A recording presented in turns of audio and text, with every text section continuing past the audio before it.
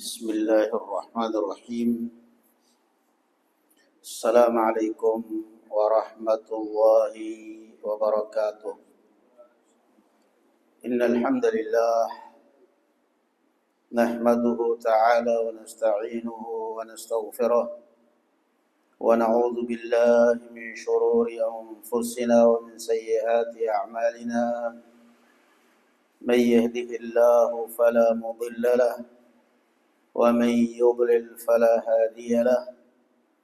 أشهد أن لا إله إلا الله وحده لا شريك له وأشهد أن محمدا عبده ورسوله لا نبي بعده.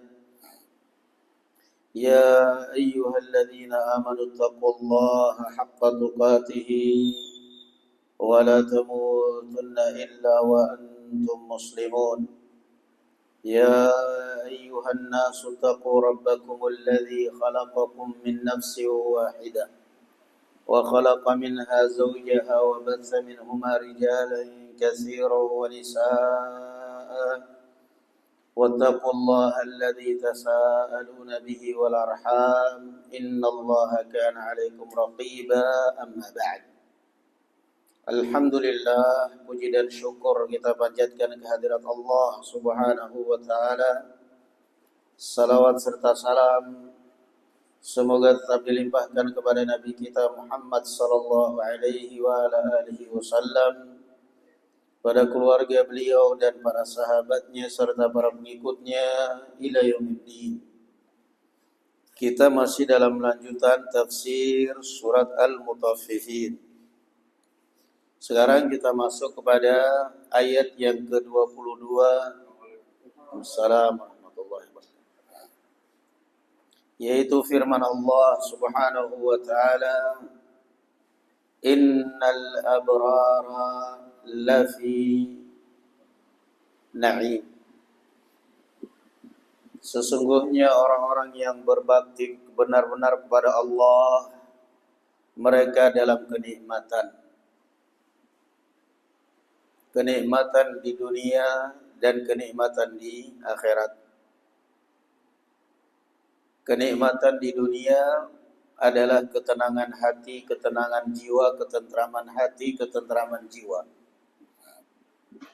Kenikmatan di akhirat adalah surga. Itu janji Allah Azza wa Jalla pada orang-orang yang saleh, yang salihah, yang berbuat baik. Innal abrara lafi na'im. Na'im itu lebih besar daripada kalau orang mengatakan sesuatu nikmat. Artinya benar-benar tempat yang penuh nikmat. Maka orang yang beriman hidupnya nikmat di dunia dan nikmat di akhirat. Nikmat di dunia terbatas. Sedangkan nikmat di dunia, di akhirat tanpa batas. Kemudian Allah katakan, Alal araiki yanzurun. Mereka duduk di atas dipan-dipan di surga, melepaskan pandangan, memandang ke sana kemari. Itulah surga. Kalau di dunia kita diatur oleh Allah Azza wa Jalla pemandangan kita, penglihatan kita, disuruh mengatur pandangan di dunia, tapi kalau di surga Allah Azza wa Jalla mempersilahkan untuk memandang alal araiki yanzurun. Silahkan kamu lepaskan pandanganmu di surga. Maka semua kenikmatan surga itu adalah sebagai imbalan apa yang kita tahan, apa yang kita kendalikan selama di dunia. Di dunia kita suruh mengendalikan mata, mengatur pemandangan mata kita, maka di akhirat Allah Azza wa Jalla lepas. Alal araiki yanzurun. Di dunia kita diatur untuk kita diajarkan oleh Allah Azza wa Jalla untuk mengatur makan, minum, tahu yang halal, tahu yang haram. Maka di akhirat Allah Azza wa Jalla lepas. Walakum fiha ma tashtahi anfusukum walakum fiha ma tad'un, dan kalian berhak mendapatkan apa yang kalian inginkan di dalam surga. Apa yang kalian inginkan di dalam surga kalian akan dapatkan. Kemudian ayat yang berikutnya, ta'rifu fi wujuhihim nadratan na'im. Kamu dapat mengetahui dari wajah-wajah mereka kesenangan hidup yang penuh kenikmatan. Ini salah satu mukjizat Al-Quran. Subhanallah. Entah itu di dunia maupun di akhirat, orang itu bisa dilihat dari wajahnya senang atau susah, senang atau sedih, bahagia atau susah. Makanya kalau orang lagi sedih itu terlihat wajahnya murung, kusut. Kenapa kamu kelihatan ada masalah? Enggak ada masalah. Mau ditutupin pun terlihat dari wajah. Ta'rifu fi wujuhihim nadratan na'im. Di dalam ayat yang lain Allah Azza wa Jalla katakan wala ta'rifa simahum fi wujuhihim min atharis sujud. Orang yang beriman nampak dari wajah-wajah mereka bekas-bekas sujud. Cahaya, ya, orang yang sholat, orang yang beriman, orang yang senang, orang yang bahagia terlihat dari wajah mereka. Apalagi di akhirat, ta'rifu fi wujuhihim nadratan na'im. Di dalam ayat yang lain Allah Azza wa Jalla katakan wujuhu yawma idzin di dalam ayat yang lain Allah Azza wa Jalla katakan yauma taswaddu wujuhun wa tabyaddu wujuhun wa taswaddu wujuh. Pada hari itu, yakni hari kiamat, wajah manusia hanya terbagi menjadi dua. Wajah yang putih berseri-seri karena cahaya wudu, dan wajah yang hitam lebam karena kotor dengan dosa dan maksiat. Ta'rifu fi wujuhihim nadratan na'im. Ini salah satu kehidupan orang-orang surga. Nampak dari wajah-wajah mereka, wajah orang yang senang, orang yang nikmat. Itu wajah mereka. Makanya kalau di dunia ini pun kadang-kadang kalau kita melihat orang-orang yang baik itu Masya Allah, nampak wajah-wajah, ini wajah-wajahnya ahlul jannah. Orang yang kelihatan tampan atau cantik, bersih, tapi kalau tidak ada amal saleh, tetap aja daya tariknya itu kurang.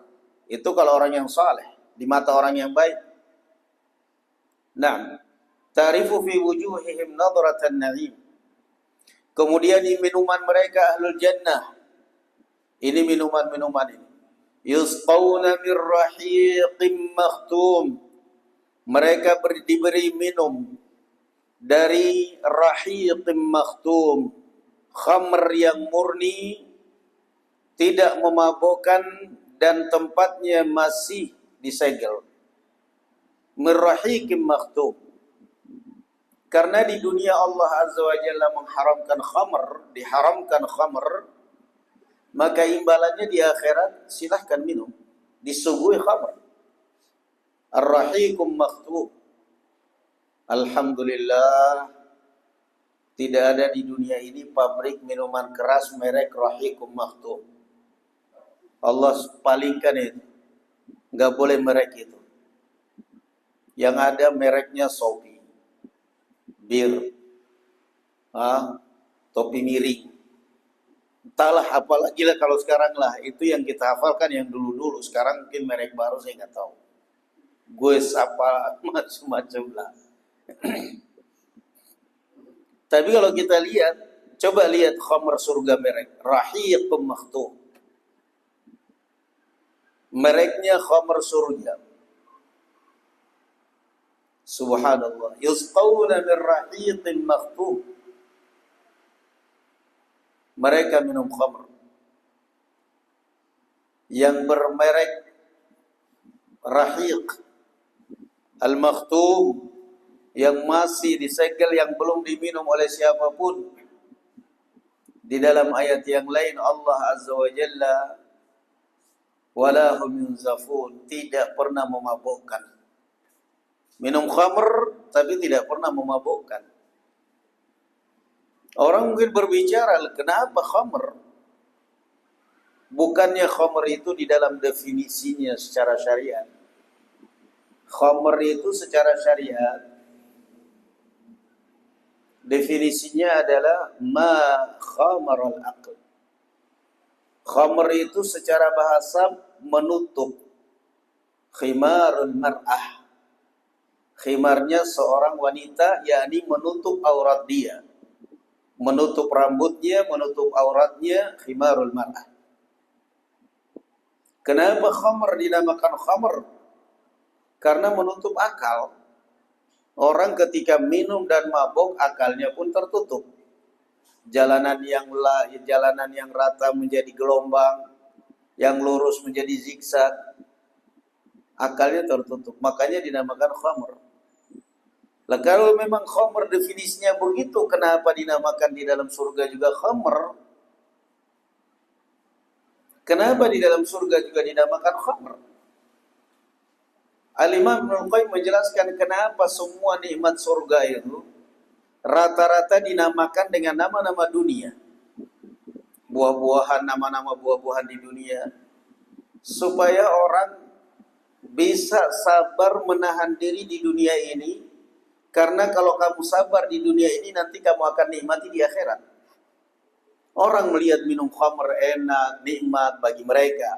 Sabar. Nanti di surga kamu akan nikmati itu. Kamu akan nikmati di surga. Orang melihat kehidupan orang-orang kafir, orang-orang yang gak beriman, bebas mabuk, bebas perempuan, bebas laki-laki, bebas, sabar. Nanti di akhirat. Wa mal hayatud dunya illa mata'ul ghurur. Kehidupan dunia ini, kata Allah Azza wa Jalla, adalah kenikmatan yang selalu menipu. Kenikmatan yang selalu menipu. Sudah enak-enak makan daging kambing, makan sate, pulang-pulang kolesterol, mataul ghurur. Sudah enak-enak minum ini, makan itu, pulang-pulang masuk rumah sakit, obat, mataul ghurur. Itulah dunia. Olahraga ceritanya menyehatkan badan, ini semuanya biar segar, biar sehat. Pulang-pulang kesleo, sakit. Wa mal hayatud dunya illa mata'ul ghurur. Di situ kita lihat, subhanallah, sadaqallahul azim. Wa mal hayatud dunya illa mata'ul ghurur. Siang hari pesta pernikahan besar-besaran. Undang keluarga pesta besar-besaran. Begitu malam hari pengantin laki-laki kabur lewat jendela. Di mana itu pesta meriah yang tadi siang? Menjadi berita viral. Pengantin laki-laki kabur lewat jendela entah kemana. Tanpa pamit wassalam. Mata'ul ghurur. Yang tadinya barusan pesta dimeriahkan, mercon ini semua, sampai ngundang apa itu, corona itu, al-corona, dan saking ramai meriahnya, pesta meriah, satu pekan cerai, punya anak satu berantam cerai, kemana? Wa mal hayatud dunya illa mata'ul ghurur.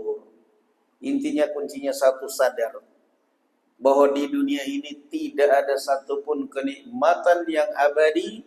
Mesti setiap kenikmatan dunia, di balik kenikmatan ada ghurur. Ayo wisata. Persiapan wisata sampai berhari-hari. Wisata keluarga. Ke pemandian manalah, taruhlah ke Guji, taruhlah ke manalah, ke puncak kemanalah, persiapan. Masya Allah. Pulang tinggal capeknya, sampai di rumah tepar semuanya. Padahal di sana nikmatnya kayak di surga. foto-foto, selfie-selfie semuanya. Wa mal hayatud dunya illa mata'ul ghurur.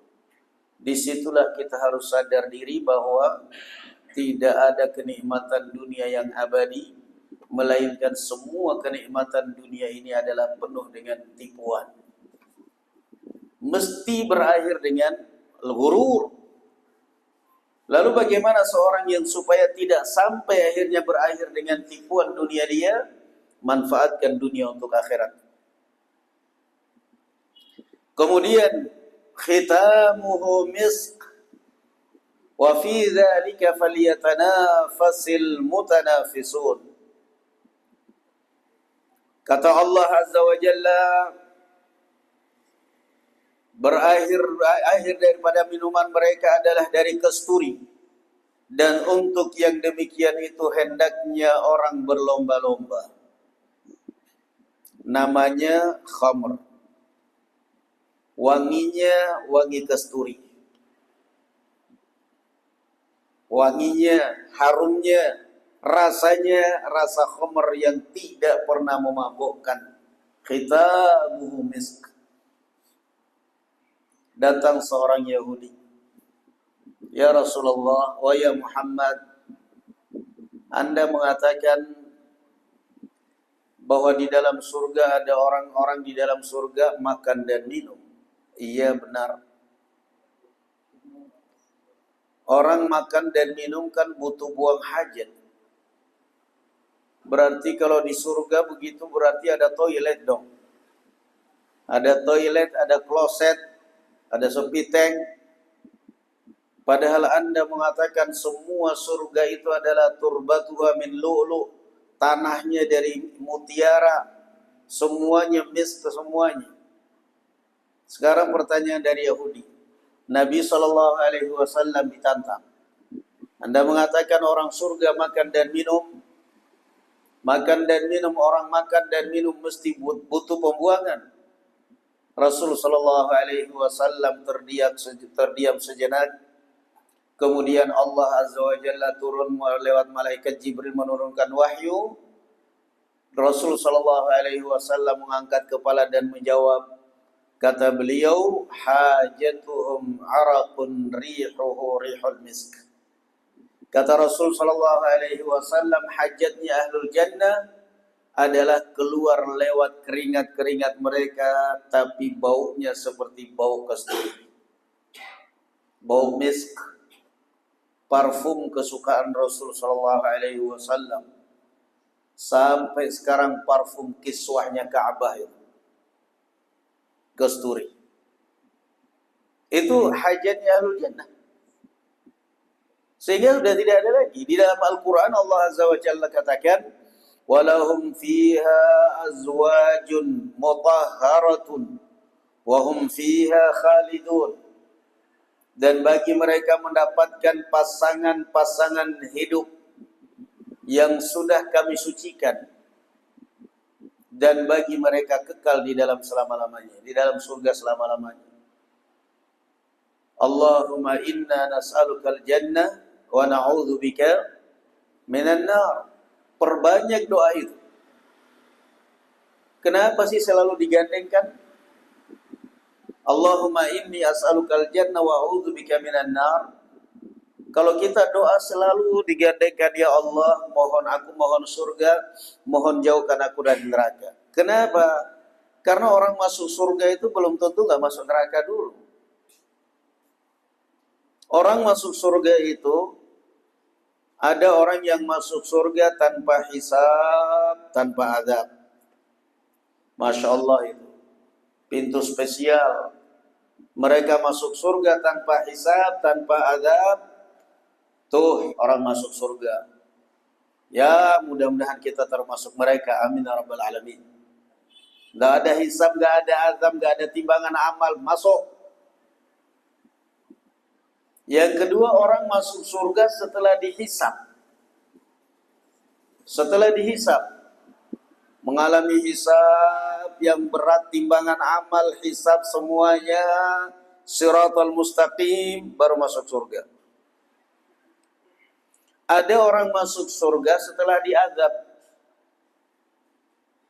Ada orang masuk surga setelah diazab. Kok bisa dia masuk surga tapi setelah diazab? Artinya apa? Orangnya dari satu sisi rajin sholat, rajin ibadah, tapi dari sisi lain juga rajin maksiat. Sholat iya, ngeslot iya, kerjanya gimana sih? Malaikat yang nyatat capek. Sholatnya rajin, ngeslot, judi, kerjanya narkoba, mabok, zina. Gimana? Maka Allah Azza wa Jalla Maha Adil. Bisa jadi orang masuk surga setelah diazab. Salat iya, haji bahkan, korupsi miliaran triliunan. Begitu tangkap KPK pakai topi haji, perempuan mendadak pakai jilbab. Gimana kalian ini urusan? Mau dia rajin sholat, mau apa, selalu bohongin satu orang Indonesia, ngaplos apa namanya, pertalite. Berapa itu kalau mau dikembalikan, dia harus mengembalikan berapa juta warga negara Indonesia yang selama ini beli pertamax ternyata isinya pertalite. Nah itu kan zalim, dan kezaliman itu kan kalau sudah menyangkut manusia kan harus mengembalikan, atau kan kalau enggak minta maaf. Apa cukup kemudian dengan ditangkap KPK, dengan dimiskinkan misalnya oleh pemerintah, atau bahkan mungkin dihukum mati kalau seandainya ada, mudah-mudahan ada.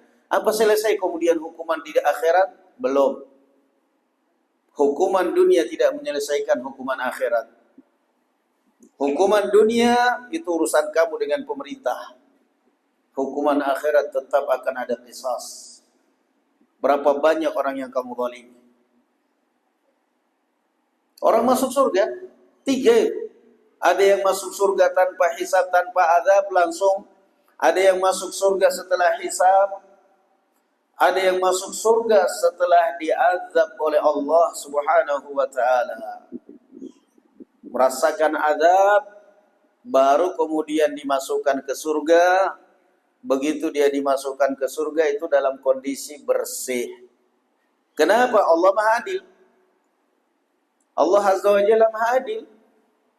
Kalau orang yang ahli maksiat, rajin sholat tapi ahli maksiat, langsung masuk surga, orang lain juga akan menuntut. Ya Allah, ini orang kenapa? Kerjanya di dunia main judi, saya larang dia, tapi kenapa bareng-bareng masuk surga? Orang akan menuntut keadilan. Maka Allah Azza wa Jalla tunjukkan keadilan di azab. Seperti itu. Khitamuhu misk, wa fi dzalika falyatanafasil mutanafisun. Kata Allah Azza wa Jalla, kalau kamu mau berlomba, berlombalah dalam meraih surga itu. Fi dzalika falyatanafasil mutanafisun. 25 hari lagi kita memasuki bulan Ramadan, masuk bulan Ramadan. Masya Allah, bulan yang kita rindukan, bulan yang kita nantikan. Wa fi dzalika falyatanafasil mutanafisun. Umur kita gak tahu masih berapa tahun, masih berapa bulan, masih berapa hari. Maka Allah perintahkan kalau kamu mau berlomba, berlombalah untuk meraih surga. Wa fi dzalika falyatanafasil mutanafisun. Artinya apa di sini? Berarti Allah Azza wa Jalla mengajarkan kepada kita supaya pusat fokus kita itu, masa depan kita itu surga.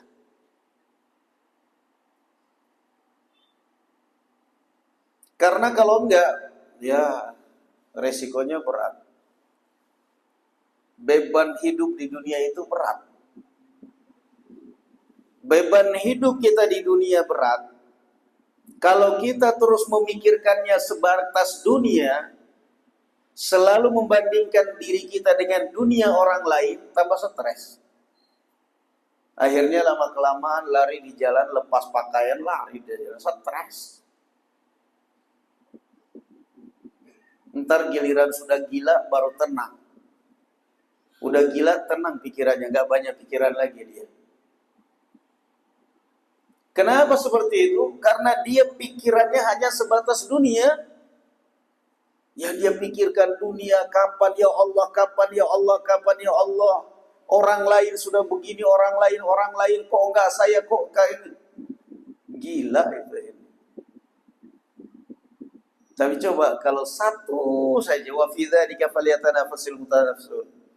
Satu aja dari segala macam beban pikiran itu, dari segala macam beban hidup tadi itu, kemudian kita ingat, ya namanya juga dunia. Ya beginilah dunia. Ntar di surga baru nikmat.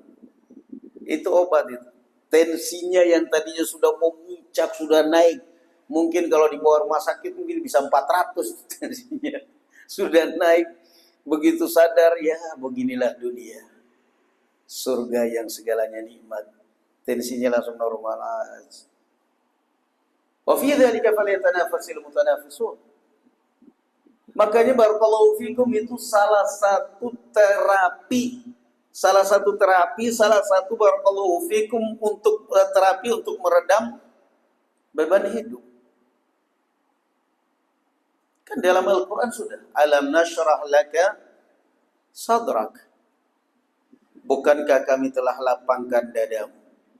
Kau bukan hatimu?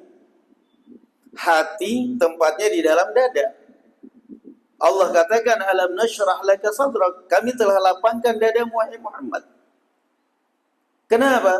Hati akan luas, akan lebar kalau wadahnya lapang, lebar.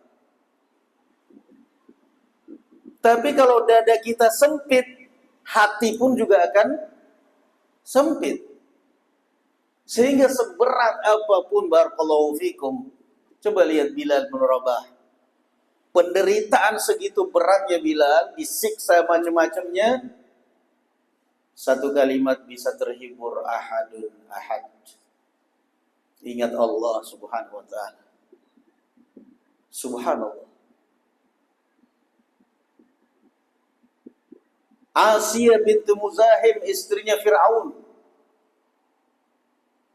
Begitu mewah hidupnya, begitu sebagai ratu Mesir. Gak butuh. Jadi kalau kita pikir apa sih yang membuat mereka itu kok bisa tegar gitu? Nggak lain kecuali karena di pikiran mereka apa? Surga. Karena mereka mikir surga abadi. Dunia gak ada apa-apanya. Begitu kuatnya seorang ratu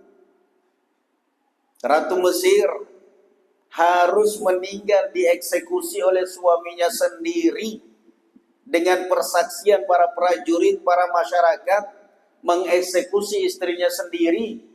Kok bisa ada seorang wanita yang hatinya begitu kuat? Subhanallah.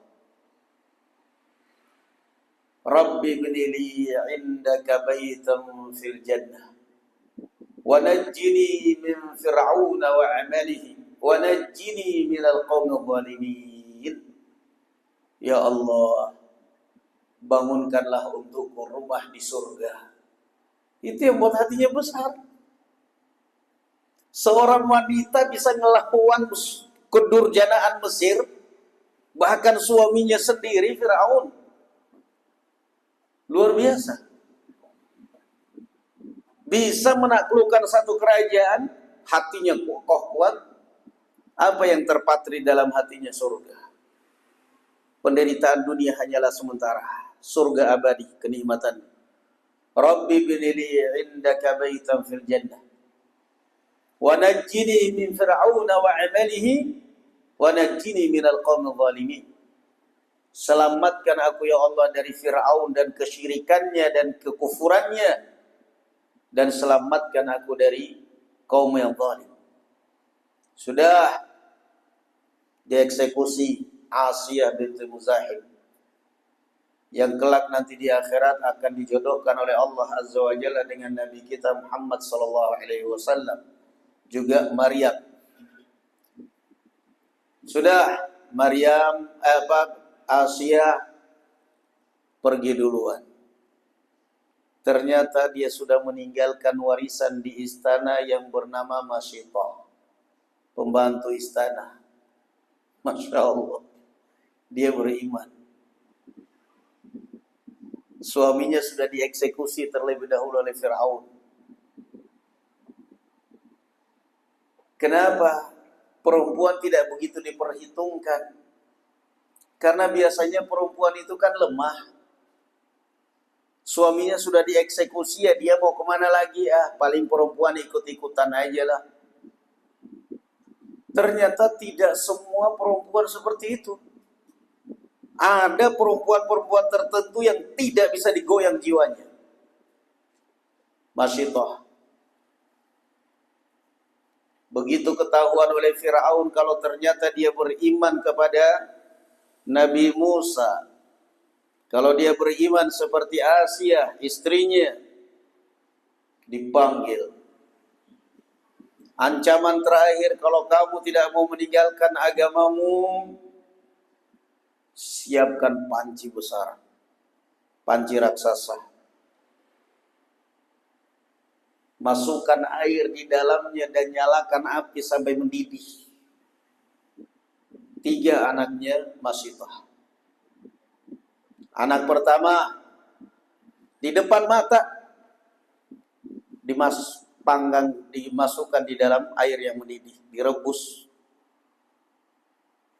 Panci raksasa, air mendidih dimasukkan, dalam seketika tulang belulangnya ngambang semuanya sudah habis, pisah daging dengan tulang. Anak pertama. Goyang imannya, tambah kokoh imannya. Yang kita heran sekali lagi, apa sih? Kok segitu ancaman mereka gak peduli? Surga masalahnya. Makanya kalau mau tidak ingin stres, kalau mau ingin beban, rasa marah, rasa apa itu kepada orang, rasa ini semuanya iri dan lain sebagainya, rasa stres, rasa gila, rasa banyak menghadapi beban hidup, kalau mau ingin ringan, tamkan di antara kedua bola mata kita, apa? Surga. Ntar di akhirat surga. Sekarang di dunia begini, ya namanya hidup di dunia begini, nanti di surga baru. Di dunia mau makan apa, pingin makan enak, nggak punya duit. Giliran punya duit mau makan enak, kolesterol, darah tinggi. Udah sabar, ntar di akhirat surga. Nggak usah stres. Jaga ibadah. Anak kedua, Masyitah. Masyitah, kamu lihat sendiri anakmu. Kamu gak kasihan sama anakmu? Sama sekali gak bergeming, gak peduli. Anak kedua diambil dari pangkuan. Sampai anak ketiga. Ya biasanya orang anak bungsu ini kesayangan, semuanya anak-anaknya menjerit, ibu. Dan anaknya sampai 3-3-nya dipanggang. Terakhir dianya. Kejamnya itu penyiksaan orang zaman dahulu. Dia hanya minta satu permintaan kepada Fir'aun. Silahkan, kalian mau apakan saya, mau diikutkan dengan anak-anak saya, silahkan. Saya minta satu permintaan. Tolong kuburkan saya, kuburkan tulang saya dan tulang anak-anak saya di satu tempat. Dipenuhi. Ya Allah. Satu keluarga seorang wanita dengan 3 anaknya terpanggang hangus di dalam air mendidih. Rasul Shallallahu Alaihi Wasallam ketika melakukan perjalanan Isra dan Mi'raj, diajak oleh Jibril berkeliling di surga, tiba-tiba melihat satu gubuk atau gundukan terlihat seperti kuburan, tapi di surga yang wangi, yang harum. Rasulullah bertanya, apa ini wahai Jibril? Jibril menjawab, ini adalah kuburan Masyitah dan anak-anaknya, tulangnya Masyitah dan anak-anaknya. Baunya di surga wangi, harum. Sementara Fir'aun yang menyiksa, ujung-ujungnya juga mati kan? Kemana itu Fir'aun? Jadi wa mal hayatud dunya illa mata'ul ghurur. Yang membunuh, yang terbunuh, sekarang kita tinggal baca sejarah. Firaun meninggal, Masito meninggal duluan. Sama. Cuman sekali lagi yang menjadi pertanyaan kita, apa yang membuat mereka begitu kuat jiwanya, begitu kokoh jiwanya? Tidak lain barakallahu fikum, karena jawabannya adalah surga sudah tertanam di dalam hati mereka. Membayangkan keindahan surga. Masya Allah. Maka itulah tempat mukmin. Kemudian ayat yang berikutnya, wa mizajuhu min tasnim, dan campurannya dari tasnim. Nah, ini juga nama minuman surga. Khamarnya rahiqum makhtum, campurannya tasnim, khitamuhu misk. Luar biasa. Bagus minuman tasnim. Ya, kasihlah sari kurma, apalah, kemudian dikasih merek minuman tasnim. Memang minuman tasnim apa ini? Minuman surga. Mudah-mudahan dengan minum ini masuk surga aja. Minuman tasnim. Wa mizajuhu min tasnim. Ainan yashrabu bihal muqarrabun, yaitu mata air yang diminum oleh mereka yang dekat kepada Allah. Minuman mereka dari khamr, dari mata air. Allah Azza wa Jalla memancarkan mata air di sana. Mereka minum, segala macam kebutuhan mereka dilayani oleh pelayan-pelayan surga yang dikatakan oleh Allah Azza wa Jalla, idza ra'aitahum hasibtahum lu'lu'an mansura. Ya, pelayan-pelayan surga yang umurnya sama, wajahnya sama-sama indah, sama-sama bercahaya. Pada saat kita melihat, kata Allah, melihat para pelayan surga, engkau akan melihat itu adalah ibarat rangkaian mutiara yang indah. Pelayan surga. Masya Allah, pelayan dunia kadang-kadang baru kerja 1 minggu sudah dipecat. Kadang-kadang gak bisa dipercaya. Pelayan surga ntar, Masya Allah. Kemudian setelah itu Allah melanjutkan, innal ladzina ajramu kanu minal ladzina amanu yadhakun. Memang ternyata surga itu berat. Karena orang untuk menuju surga itu berat perjuangannya. Maka kuncinya adalah apa? Sabar. Innal ladzina ajramu, sesungguhnya orang-orang yang berdosa adalah mereka yang dahulu menertawakan orang-orang yang beriman. Orang yang beriman ditertawakan, diejek, diledek. Ya, di zaman Rasul sallallahu alaihi wasallam, sekarang pun juga begitu. Selalu diejek, selalu diolok. Tetapi sadarlah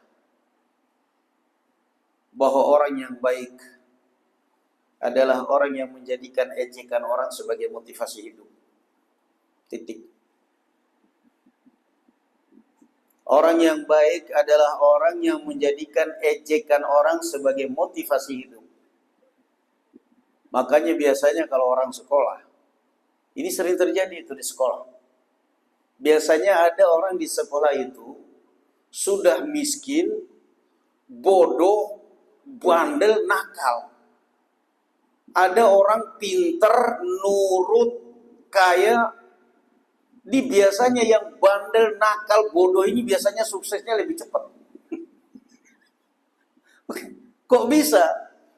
Karena dia bodoh, bandel, nakal, sehingga dia tiap hari dimarahin gurunya, dipukul gurunya, dibentak. Dia di sekolah itu mentalnya sudah terlatih. Dimarahin guru, dibentak gurunya. Tahu-tahu besok datang paling rajin, 6:30 udah masuk kelas. Tapi berulah lagi. Gurunya marah. Nggak baperan. Nggak baperan, dia nggak dendam. Dia nggak lapor orang tua, dia nggak, pokoknya. Sehingga dia ketika di sekolah itu mentalnya sudah dilatih oleh gurunya semuanya.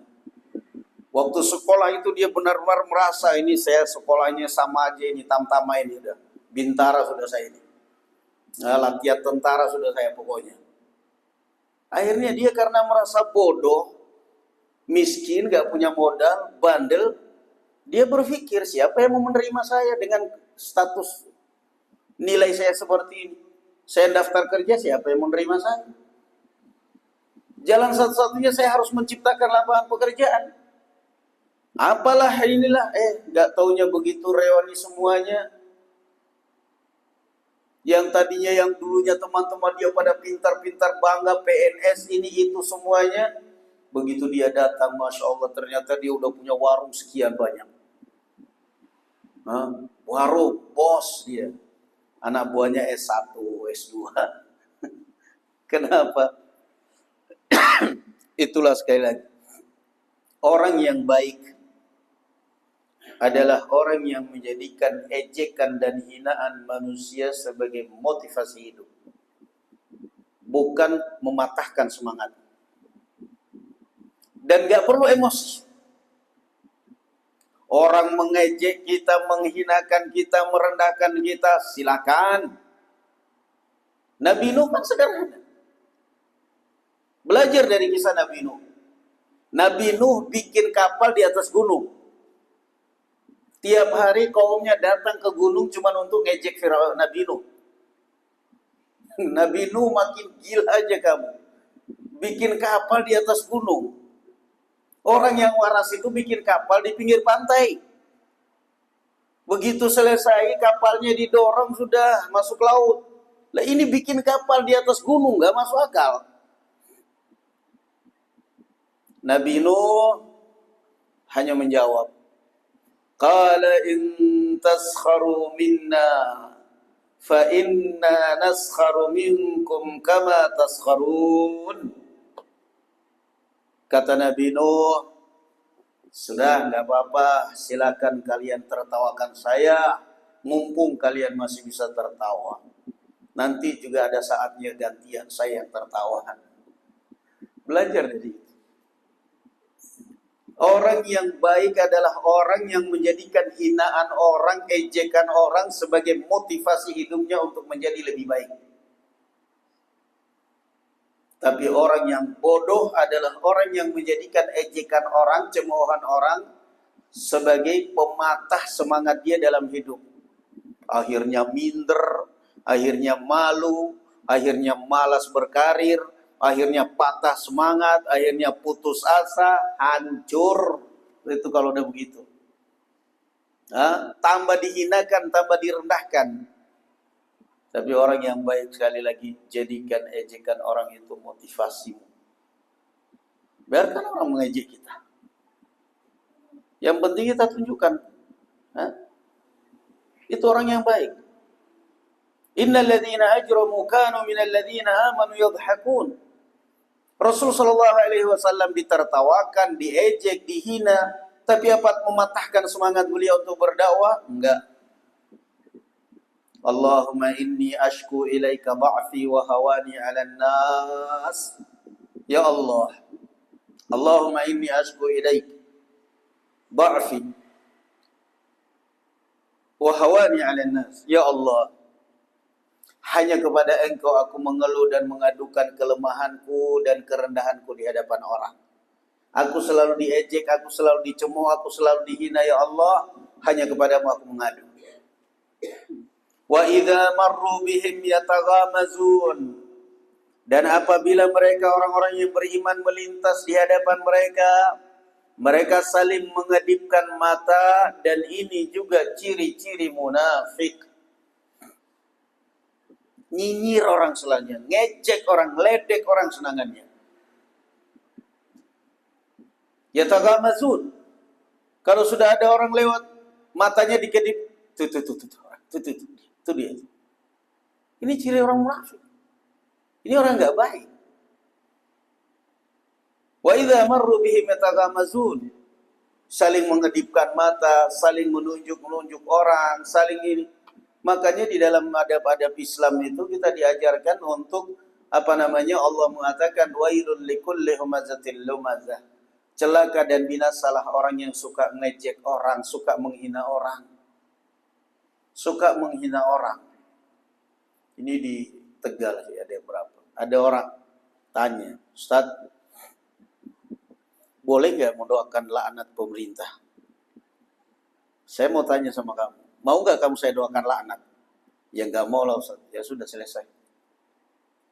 Kamu tidak mau didoakan laknat, tapi begitu ringan lisanmu kamu mau mendoakan laknat ke orang lain. Rasulullah Shallallahu Alaihi Wasallam tidak bisa tinggal di Makkah, keluar dari Makkah, nggak mendoakan laknat kepada pemerintah Makkah. Nabi Musa tidak bisa tinggal di Mesir, keluar dari Mesir, nggak mendoakan laknat kepada Fir'aun. Nah kamu dengan gampangnya mau nggak kamu saya doakan laknat? Nggak mau Ustaz, ya sudah jangan. Satu catatan saya ingat. Rasul Shallallahu Alaihi Wasallam mengatakan, man ahana sultan ahanahullah. Siapa yang merendahkan pemerintah, yang menghinakan pemerintah, Allah akan hinakan. Titik. Kamu tidak ingin hina, jangan pernah menghinakan orang lain, apalagi pemerintah. Itu terbukti. Di zaman Utsman bin Affan, para pemberontak setelah membunuh Utsman bin Affan, apa hidup mereka? Hidup mereka nggak tenang. Dicari, Ali bin Abi Thalib mencari mereka, dibersihkan di zaman Mukhtar bin Abi Ubaid habis. Maka tidak ada sejarah orang suka menghina orang kemudian hidup makmur, hidup mulia, gak ada. Yang ada kalau suka menjatuhkan orang, suka mencari aib orang, yang ada aibnya sendiri yang akan terbongkar. Wa idza ra'awhum qalu innaha tayyib wa idza anqalabu ila ahlihim anqalabu fakihin. Dan apabila kembali kepada kaumnya mereka kembali dengan gembira ria. Ya Allah, ini kan kelakuan orang munafik. Dengan bisa ngeledek aja itu sudah senang banget dia. Bisa menghina orang aja sudah senang banget. Wah, tadi kamu tahu itu, tadi saya maki-maki, saya ini, saya itu. Salah ya. Ini kita kadang-kadang salah di dalam bermuamalah. Ya, hanya hanya memaki-maki orang saja bangga banget. Enggak. Laisal mu'min bita'anin wal la'anin wal fahish wal badhi. Bukan akhlak seorang mukmin suka memaki, suka mencela, suka ngomong kotor kasar. Enggak. Wa idza marru bihim yataghamazun wa idza qalabu ila ahlihim qalabu fakihin wa idza ra'awhum qalu inna haula'i ladallun. Dan apabila mereka melihat orang mukmin, mereka mengatakan sesungguhnya mereka ini benar-benar orang-orang yang sesat. Maka sekali lagi pelajaran yang dapat kita ambil di sini, kalau kamu ingin hidupnya tenang, ingin hidupnya bahagia, jangan pernah peduli dengan tuduhan dan fitnah dan mulutnya orang. Apalagi kita ini sekarang di zaman digital. Kalau dulu orang-orang tua kita itu bisa gampang sekali mengontrol anaknya, mengontrol istrinya. Ketika istri saya pulang dari rumah tetangga, itu dulu. Ketika istri pulang dari rumah tetangga, setiap pulang dari rumah tetangga, setiap pulang dari rumah orang tuanya, kok istri saya ini ngomongnya lain. Selalu tuntutannya macam-macam, selalu ini. Itu suami langsung paham. Sudah, kamu mulai sekarang jangan ke rumah tetangga lagi. Saya tidak mengizinkan kamu ke sana. Oke, udah.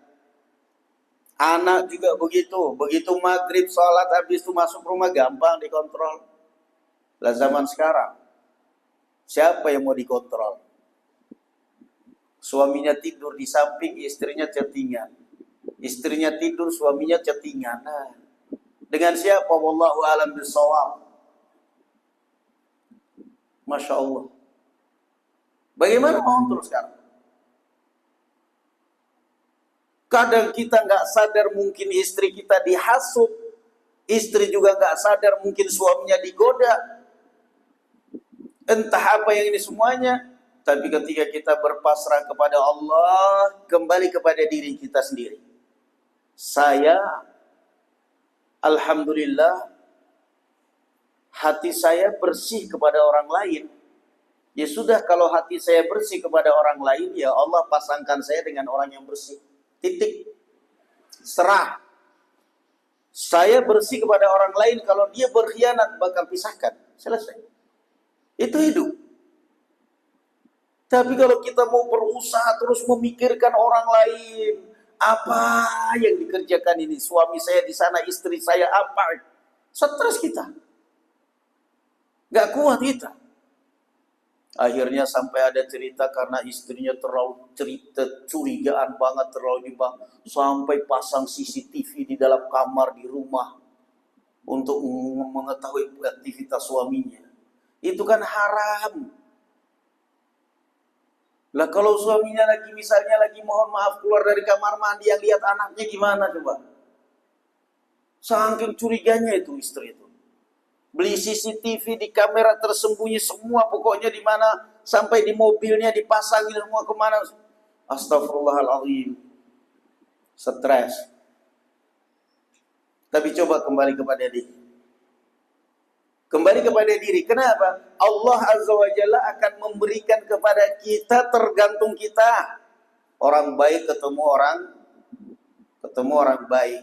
Orang buruk ketemu orang buruk. Orang baik ketemu orang buruk, maka mesti pisah, itu nggak bakal akur. Prinsipnya begitu. Wa idza ra'awhum qalu inna haula'i dhalun. Maka paling enak, sekali lagi barakallahu fikum, jangan pernah terpengaruh dengan omongan orang di luar, apalagi tentang urusan kita di dalam rumah. Kenapa? Orang lain gak tahu apa yang ada di dalam rumah kita. Tetapi kalau mau bicara paling sok tahu, ya jangan tanya. Orang luar itu paling sok tahu urusan dalam rumah kita. Seakan-akan sudah lebih tahu dari kita, padahal kita lebih tahu. Maka sekarang barakallahu fikum, sebagai bahan renungan, Allah Azza wa Jalla menciptakan kita dua telinga. Satu telinga untuk mendengar, satu telinga untuk menyaring. Selesai. Knalpot kan ada dua lubang. Lubang yang paling ujung satunya untuk menyaring asap, lubang satunya untuk mengeluarkan. Coba itu kalau lubang knalpot satunya ditutup, motor nggak bisa jalan. Sama telinga kita juga begitu. Kalau sampai telinga kita ini satunya kita tutup, kemudian kita mendengar, hanya mendengar, dan kita tampung dalam hati kita, mati kita, bisa-bisa cepat mati berdiri kita, jantungan. Kenapa? Kita nggak tahu omongan orang benar apa enggak. Maka itu belajar ya. Yang namanya motor, mobil, pabrik cerdas, dibikin dua lubang. Satu lubang dari mesin, asap masuk ke situ. Satu lubang untuk pengeluaran, keluar itu asap, mesin tetap sehat. Sekarang kita sumbat itu mobil knalpot paling ujung, sumbat mula, dilas, bawa ke tukang las, Pak tolong ini dilas, biar asapnya nggak keluar, meledak mobil. Sama kita juga begitu. Nggak percaya, buktikan aja. Kalau ada omongan orang begini, kita baca di WA, kita dengar orang begini, dengar telinga kanan kita tampung terus di hati kita, kita tampung terus di hati kita. Padahal lubang knalpot kita yang kiri masih ada, kita nggak buang, meledak kita hati kita, penyakitan akhirnya kita. Penyakit jantungan, penyakit macam-macam. Kenapa? Selalu mikirkan omongan orang. Padahal kita punya zikir min syarril waswasil khannas. Nggak ada gunanya mikirkan omongan orang. Nggak ada gunanya. Mikirkan omongan orang, karena omongan orang itu nggak tahu apa yang sedang kita alami. Kemudian, wa ma ursilu alaihim hafidhin.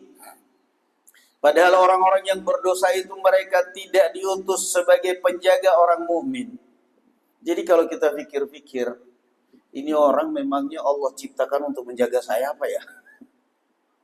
Kamu ini tercipta untuk mengawasi hidup saya. Kok bisa kepo banget? Semua apa yang saya kerjakan kamu tahu duluan.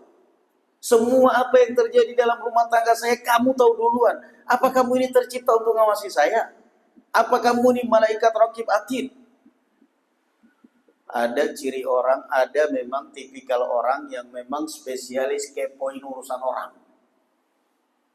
Wa ma ursilu alaihim hafidhin. Kamu tidak pernah diutus untuk menjaga orang lain. Seorang suami tanggung jawab kepada istri, tetapi dia juga menjaga semampunya. Seorang istri tidak ada tanggung jawab kepada suami, dia menjaga suaminya ketika di dalam rumah. Ketika di luar rumah, urusan suaminya urusan bisnis, bukan urusan istri. Pulang ke rumah di dalam rumah baru. Wa ma ursilu alaihim hafidhin. Betapa beratnya, kewalahan kita sekarang. Apalagi gak usah bicara macam-macam lah, jaga anak-anak. Bagaimana anak-anak kita sekarang mau jaga dari digital sekarang ini? Nggak mungkin. Pasang aplikasi handphone, kontrol orang tua. Anak kita lebih canggih daripada orang tua. Orang tuanya handphonenya keblok, anaknya yang buka. Ini kenapa ini handphonenya abah ini kok begini? Ini gampang. Nah, mau dia apa sekarang? Nggak bisa kita.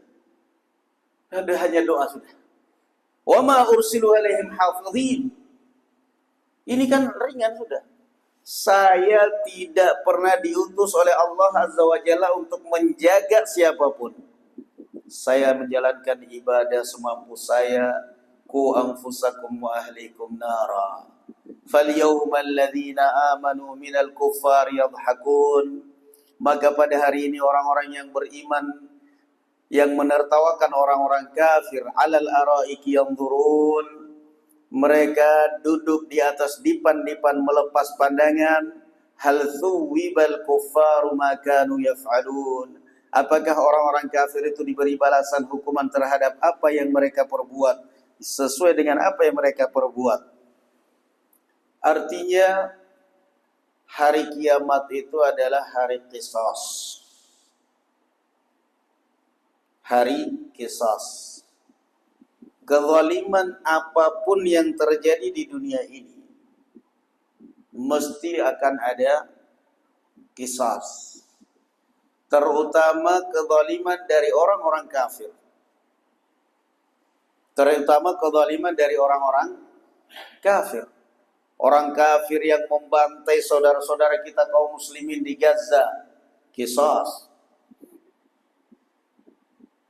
Orang kafir yang menertawakan orang-orang yang beriman, qisas.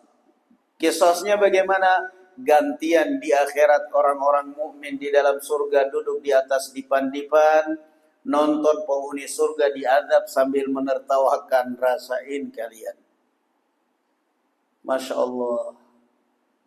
Jadi hari kiamat itu qisas. Pelajaran yang kedua, bahwa ketika di dunia ini kita tidak bisa membalas sebuah kezaliman, kita tidak bisa berbuat apa-apa, maka tidak perlu dendam. Karena kalau dendam itu juga bisa jadi akan memakan kebaikan kita. Rasulullah melarang dendam. Nggak boleh dendam. Kita tidak bisa membalas sebuah kezaliman, sudah sabar, nggak usah dendam. Nanti di akhirat. Ya, makanya orang kadang-kadang, loh kok nggak mau maafkan, itu kan berarti dendam. Saya nggak dendam, tapi saya nggak memaafkan. Untuk hal ini saya nggak maafkan. Kenapa? Udah kalau kamu nggak mau, ya nanti di akhirat sudah urusan. Nanti akan ada urusan di akhirat. Ada yang disebut qisas. Mesti ada itu. Ya, ketika kita di dunia ini hak kita dizalimi, kita tidak bisa mengambil hak kita, ya, maka di akhirat. Makanya Rasul sallallahu alaihi wasallam ketika berbicara pemerintah yang zalim, ya Rasulullah, afala nuqatilhum? Ya Rasulullah, kalau ada pemerintah zalim, apa tidak sebaiknya kita angkat senjata perang melawan mereka? Qala la, jangan. Karena justru akan berakibat buruk, berakibat fatal. Lalu apa? Kata Rasul sallallahu alaihi wasallam, "U'tuhum haqqahum wa sallallahu haqqakum." Kata Rasul sallallahu alaihi wasallam, sudah, berikan haknya mereka. Mereka menerapkan pajak, udah kasih. Itu uang haram, kasih lu makan itu. Mereka minta pajak sekian persen, itu udah ambil. Lalu bagaimana? Wasallallahu haqqakum. Kalian minta hak kalian kepada Allah. Ya Allah, ini saya keluarkan pajak saya sebagai kewajiban saya sebagai warga negara. Walaupun tidak ikhlas, biar dimakan oleh orang-orang yang makan uang haram, gantikan ya Allah dengan yang lebih baik. Wasallallahu. Keluarkan haknya mereka. Tanggung kewajiban kita udah keluarkan. Kita beli motor pakai duit sendiri, mobil pakai duit sendiri, ini pajak. Jalan di negara sendiri. Tapi mau apa lagi? Sudah, ini diambil sudah. Ya Allah, gantikan yang lebih baik. Berikan hak mereka, kamu minta pengganti hakmu kepada Allah Subhanahu wa taala. Masya Allah. Sederhana. Jadi kehidupan dunia ini tidak perlu kita terlalu banyak memikirkan hal-hal yang di luar kemampuan kita. Biarkanlah Allah Subhanahu wa taala sudah mengatur semuanya.